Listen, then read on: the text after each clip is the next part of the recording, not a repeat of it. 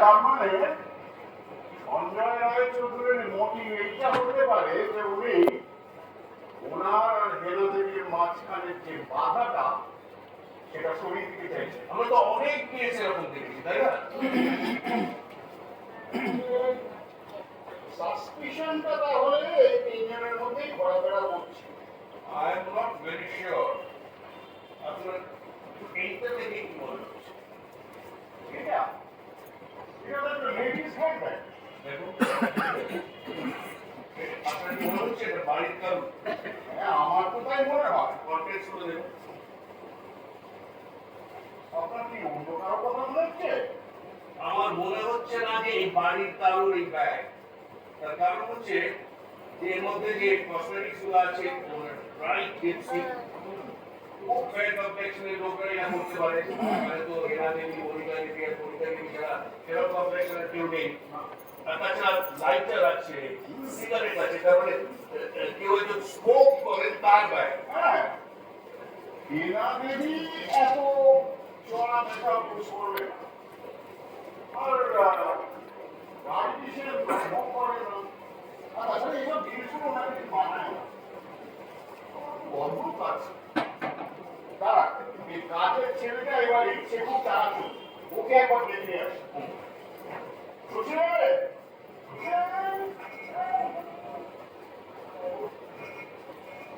এসব এসব সুশীল, এই ব্যাগটা তার মতো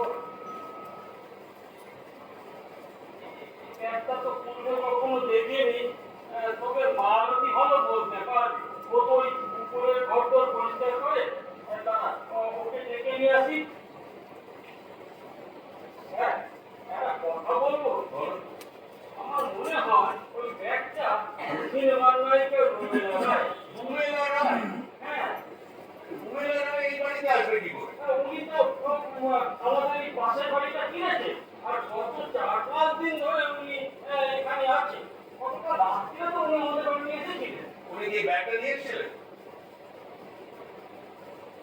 না, এটা অন্য ব্যাগ দেখেছি। তাহলে কাল সকালে এই ব্যাগটা নিয়ে এসেছিলেন? তা তো বলতে পারবো না। মালতী বলতে পারবে। আচ্ছা, তাহলে মানুষকে দেখে আনবো। দাঁড়া দাঁড়া দাঁড়া, কলিকাতা কিন্তু বলেননি যে রুবেলায় সকালবেলা এখানে এসেছেন। মাধবন তো জানতেন না। তাহলে কার সঙ্গে দেখা করতে রুমেলা রায় এখানে এসেছিলেন? তা তো বলতে পারবো না। তবে তবে কি হয়েছে বলো, কি করে বলো। আমার ওনার বাড়ি থেকে না সকালবেলা একটা চিঠি খামে করে ডাক্তারবাবুর জন্য পাঠিয়েছিলেন। ডাক্তারবাবু দেয়নি। সেই চিঠিটা কোথায়? মনে হয় ওই বাইরে ডাস্টবিনে পড়ে আছি, নিয়ে আসবো। আর নিয়ে এসো। আচ্ছা, তোমার কি মনে হয় সুশীল রুমেলা রায় ডক্টর সেনের সঙ্গে দেখা করতে এসেছিলেন? তাই তো মনে হয়। কাল রাত্রে তো উনি আমাদের বাড়িতে এসেছিলেন। তারপর খাওয়া দাওয়ার পর ডাক্তারবাবু আবার ওনার বাড়িতে গেলেন। আমি ওই পাশের দরজাটা খুলে রেখেছিলাম ডাক্তারবাবু ফিরবে বলে। মানে ডাক্তারবাবু বলেছিলেন আর কি। কটা নাগাদ ফিরেছিলেন? আমি ঠিক বলতে পারবো না, কারণ আমি 2:30 পর্যন্ত থেকে ঘুমিয়ে পড়েছিলাম। ঠিক আছে, তার মানে 2:30 অবধি ডাক্তারবাবু ঘরে ঢোকেননি। ভেতর চলো দেখি তো চিড়িয়া ঘোরা আছে, ডাস্টবিনে ঘোরা আছে সব। খবরটা কি সত্যি? আমি ভাবতে পারছি না। নমস্কার, লালবাজার থেকে আসছি, ইন্সপেক্টর বোস। সত্যি খুব আছে। আপনি ঠিকই শুনেছেন মিস রায়। আপনি আমাকে অবশ্যই, আমি রাজা সিনহাকে খুব ভালোবাসি।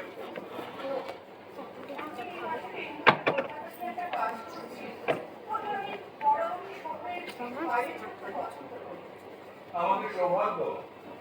আপনি কি ডক্টর সমীরণ সেনকে চিনতেন? চিন্তাম, তবে প্রথমে না আমাদের কোনো কন্ট্যাক্ট ছিল না। এই গত রাত্রে এই ঘরে আমার দেখা হয়।